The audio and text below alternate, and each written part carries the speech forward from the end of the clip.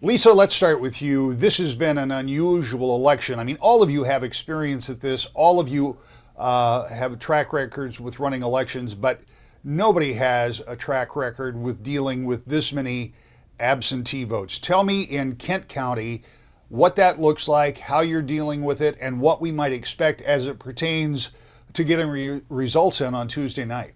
This is certainly a unique election, and it's for multiple factors. It's an election of presidential proportion. We have post-proposal 3 provisions, including no reason absentee voting for the first time in a presidential election, and then we have a pandemic. And so these are all factors that have really resulted in a huge influx of absentee voting this election cycle. For numbers' sake, here in Kent County, right now, it's 5 days to go before the election. We have received 163,000 ballots, absentee ballots, up to this point. And to give you some perspective, compared to 2016 presidential election, when all was said and done, we had 68,967 absentee ballots cast. So we've more than doubled that. We've tripled the amount of absentee ballots issued here in Kent County. And so that really is going to play into election night results. And what we've been telling our friends in the media, the candidates and our campaigns, and especially we want the public to know, just be patient when it comes time to count ballots and report results. It takes time to count your vote, and we're not going to sacrifice security and accuracy for speed. We're doing everything we can, but taking time to count absentee ballots is not a delay in the process. It is part of the process. Tim, in Kalamazoo, are you seeing similar upticks? I mean, this is the first presidential cycle we've had no reason absentee. So, I mean, this is uncharted territory, and for the other reasons that Lisa mentioned as well. Absolutely true. And for right now, I checked a few minutes ago, we will hit 90,000 issued today. And we have about 70,500. We're probably at 71,000 returned today. That's a 79% return rate, which is really, really very good at this stage when we still have 5 days to go. And but it's incredible, 2 to 3 times what we had in 2016. And in fact, 2018 was more than 2016. So we'd already seen an increase in AV ballots just 2 years ago, but this is an incredibly huge number. And everyone needs to understand that it does take some time, particularly that absentee process. And even when you have absentee counting boards, which most of my jurisdictions have, and I'm sure the other 2 counties do also, it still takes a long time. Many of them are starting at the same time that the polls are open, and it's just going to take a while to get all those through. So don't be overly concerned if the results are late. On the other hand, our precincts, in-person precincts, should be reporting just fine. And we'll still have some early results from those precincts. And some of that won't be all that late, I don't think. Justin, in Ottawa County, you have a pretty high propensity of voters out there anyway, but what are we seeing with absentees and what impact will it have there? Yeah, we are at, as of this morning, 34% of our voting population's already voted. They've already returned their ballot. They've already cast their ballot. And we're standing right now at 97,000 total absentees issued. Over 75,000 of those are returned, which is honestly a really good rate of return. When we looked at the August primary numbers, something that was striking to me was that in August, a full 20% of our absentee ballots were returned the day before and the day of election day.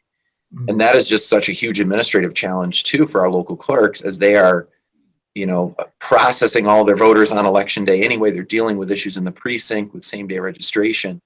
So that 77% return rate is really encouraging, from the sense that voters are, I think, heeding the message, realizing that, hey, we need to, get this ballot in, make sure my voice is heard and get it counted.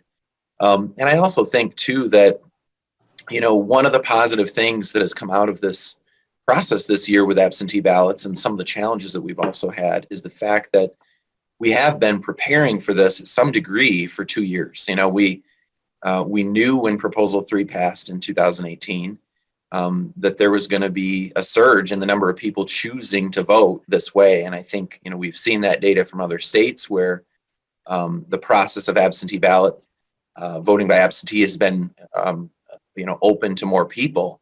People choose that way. And so, we feel confident in the process. We feel like we are ready for this. We're ready to count these ballots. And again, absolutely correct that accuracy and the integrity of the process is more important than the timeliness. I think timeliness is a factor and it plays an important role in the trust process as well. But we have to get this right, and we will take as much time as we need to get it right. I think this next, and we'll start with you, Lisa, is probably a shorter answer because maybe you just don't know. But Justin just said, we'll take as much time as it takes. So I'm asking you to guess, I guess. How much time do we think this looks like? Are we talking about 2:00 in the morning or 2:00 on Wednesday or Thursday? Is this a days-long process or an hours-long process for the local counties? I appreciate statewide, it could be a while, but for these counties that we're familiar with, and we know about your efficiency in all three of these counties, in fact, most of the counties that we cover, are we looking at a delay of hours or days? So in Kent County, we are the fourth largest county in the state, and I can tell you from the August primary where we had 30% voter turnout, we expected it to go well into Wednesday evening to count those absentee ballots. Our election workers and our local clerks did such a great job. They exceeded our expectations, and we had all of our election results reported before 5:30 in the morning on Wednesday morning. Again, that's with 30% turnout. So you expect, around roughly 70, up to 75% turnout. That's double. I expect to be counting ballots well into Wednesday. Hopefully it's Wednesday afternoon. We've made a lot of accommodations, a lot of adjustments to offset that, the huge influx of absentee. We've hired more election workers, purchased more equipment with our Federal CARES Act funding. And so I do think it will take longer than it did obviously in August. And I'm hoping it's concluded Wednesday afternoon to evening. Tim, how's it going to go in Kalamazoo? You get it done by Wednesday or does it take longer? Well, it shouldn't take any longer than that. But, I'm still hopefully looking at the early morning hours of Wednesday, but who knows, I guess. Our results were all pretty good in August. We were here in the early morning hours, but it was mostly just waiting for deliveries to come in from the locals. But so we will see. Everything is modemed in here. Even all the absentee ballots are modemed in, except for our two large jurisdictions. So I'm hopeful that in the early morning on Wednesday, we'll have some results or have the finals, but who knows for sure. It's something we've never seen before. This number is something. Yeah, it's uncharted territory, and Justin, Tim makes a good point there. It isn't necessarily just up to the county clerk's office. It's all of the precincts, getting all the townships in and all of that. And sometimes that takes time. Sometimes it's a geographic issue too. I mean, you got to get everything in. So what do you feel Ottawa County looks like on election night? Yeah, I think, similarly to Tim and Lisa's comments, I think we're, I got to say, I'm so proud of our local jurisdiction clerks who have really been on the front lines of this effort. When you think about, issuing ballots to 45% of our voters already, from September 24 till today, that's a whole lot of work and a whole lot of preparation that's taken place on their part. We've also increased our numbers in terms of the election workers that have been hired and trained for absentees. Also, the equipment's been increased. So I'm confident in that process. I really know that our local clerks know what they're doing, and they are going to work as diligently as they can. But I would agree, we're probably looking at sometime early Wednesday for our results to come in. And I also think, one of the positives, I think Tim mentioned this earlier, is that when you take that many voters who've already cast their ballot, that does make the process in the precincts run more smoothly, just simply because of a numbers issue, right? We have fewer voters coming in to the precincts, so that helps our line management issues. It helps our precautions as we're trying to keep all of our voters safe. And so I think those results will certainly be delivered in a timely fashion. I think that's going to help the process as well.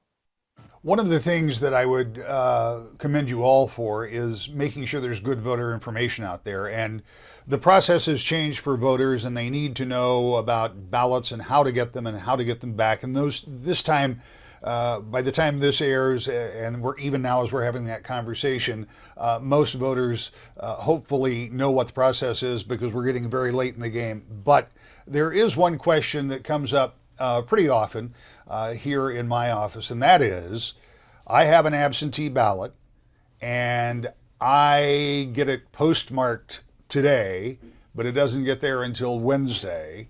Or I have an absentee ballot and I don't get it postmarked until Wednesday. What happens to those ballots that aren't there on time? Lisa, I'll start with you. Sure. Well, there's actually a couple of deadlines that are still in play and important to voters right now. And that is, Michigan is an absentee voting state. We're not an early voting state. And so with all these absentee voters, we're getting a lot of questions of, I think I might have changed my mind, or I might have filled my ballot out wrong. What can I do? Because I've already sent my absentee ballot in.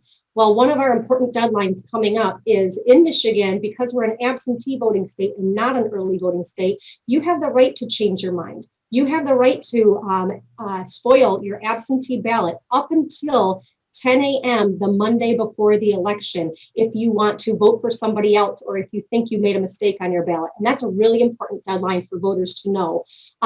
Additionally, the final most important deadline for voters to know is that the ballots need to be delivered to the local clerk or submitted into one of the secure drop boxes by 8:00 p.m. on election day when the polls close. That is the deadline, and there is no exceptions. For voters to have their ballots counted, they must be into the clerk's office or into those secure drop boxes by 8:00 on election day. So, Tim, those that come in afterwards are dealt with, but they're not counted, right? They are not counted. We have to account for them. The local clerks will actually check them in. They'll just be noted that they're late, they're marked, and they're set aside. We have to count them and report them. And the key thing that I want to add on to what Lisa commented on is that at this point, do not mail your ballot. Deliver it in person, either to your clerk's office or to, if you're fortunate and have drop boxes out there, use those. Do not put them in the mail at this point. The mail service has worked pretty darn well, and we're getting a lot of stuff back. It's just too late now. Don't deliver it in person. Follow the address on your envelope and get it there. Justin, I'll give you the final word when it comes to any last words of advice for voters, or for us in the media who will be terribly anxious for results on Tuesday night.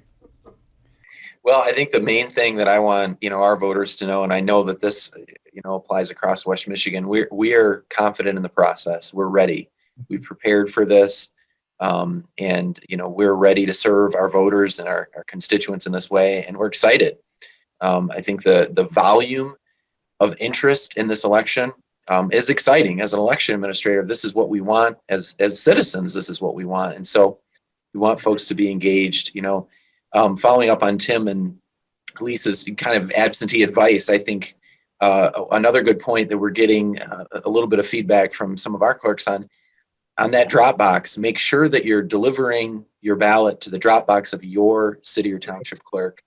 Only city and township clerks, only the city and township clerk in your jurisdiction can issue you a ballot and can receive your ballot. So I think Tim made that point as well. Look on the envelope, the address of the jurisdiction is right there. And that is the drop box where your ballot needs to be returned to. So we've had some wonderful clerks who've been traveling around their communities delivering ballots to each other with ballots that have accidentally been placed in the wrong drop boxes. But I think that's going to get a little bit more challenging as the days grow closer to election day.